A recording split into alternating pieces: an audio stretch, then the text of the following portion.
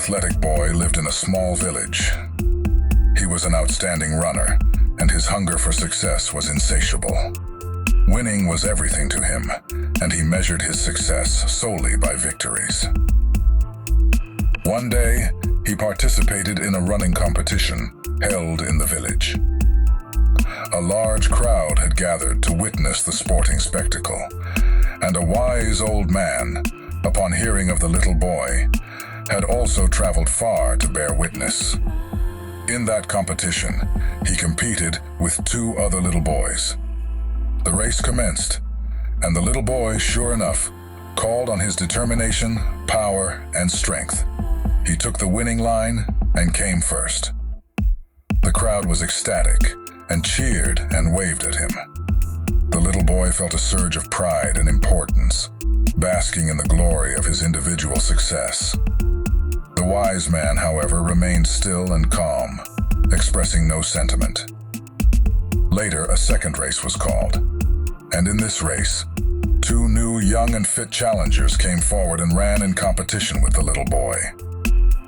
The race was started, and sure enough, the little boy came through and finished first once again. The crowd was ecstatic again and cheered and waved at the little boy. The wise man remained still and calm, again expressing no sentiment. The little boy, however, again felt proud and more important. He started to plead, "Another race, another race." Observing the little boy's reaction, the wise old man, a figure of wisdom and guidance in the village, stepped forward. He presented the little boy with two new challengers, one of whom was an elderly, frail old lady, and the other a blind man. The boy, taken aback, exclaimed, "This is no race." The wise old man replied, "Race. We were set on the starting line." The race started, and the boy was the only one to finish that race, leaving the two challengers standing at the starting line.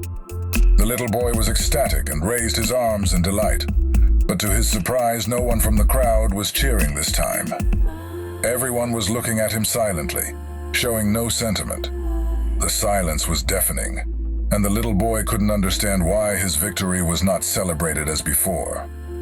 Perplexed by the lack of celebration, the little boy turned to the wise old man for an explanation. "Why didn't the people join in my success?" he asked. The wise old man's response was simple, yet profound. "Race again, but this time, finish together.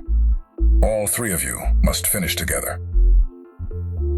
His words, spoken with the weight of his wisdom, carried a lesson that the little boy was about to learn.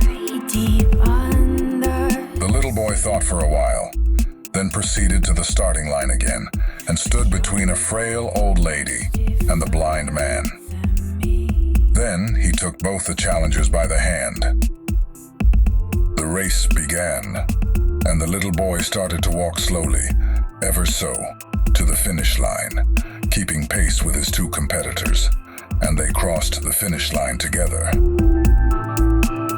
At the end of the race, the crowd erupted into a tremendous wave of cheers.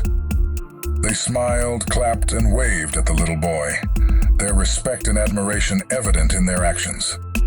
The wise old man smiled, and with a twinkle in his eye, gently nodded his head. The little boy felt proud, but didn't understand why the crowd had not cheered him before, but was cheering when all three of them finished the race together. He asked the old man about it. "Old man, I don't understand. Who were the crowd cheering for? Which one of us three?" The old man looked into the little boy's eyes, placing his hands on the boy's shoulders. He replied softly, "Little boy, in this race, you have won much more than in any race you have ever run before. You have won people's respect. And for this race, the crowd cheered, not for any winner. They cheered to show respect for how you ran." The boy's eyes widened as the realization dawned on him, and he understood the true meaning of success. Moral of the story: measure of success is not in winning, but in how you run the race of life and the respect you earn along the way. You see in life, your life. What are you running for? Are you hungry for success? Is winning the only measurement of success for you in your life? Who are you running against? If you always win against everybody, then, soon, the people will stop cheering for you. At the end of your life, if you look back, the question is, who was running next to you in the race? If they were weaker and older, did you help them to get across the line? Did you all finish together? Because that is the best race you can ever run. So run. Run this race called life. But don't forget, it is not essential if you win. It is important how you run this race.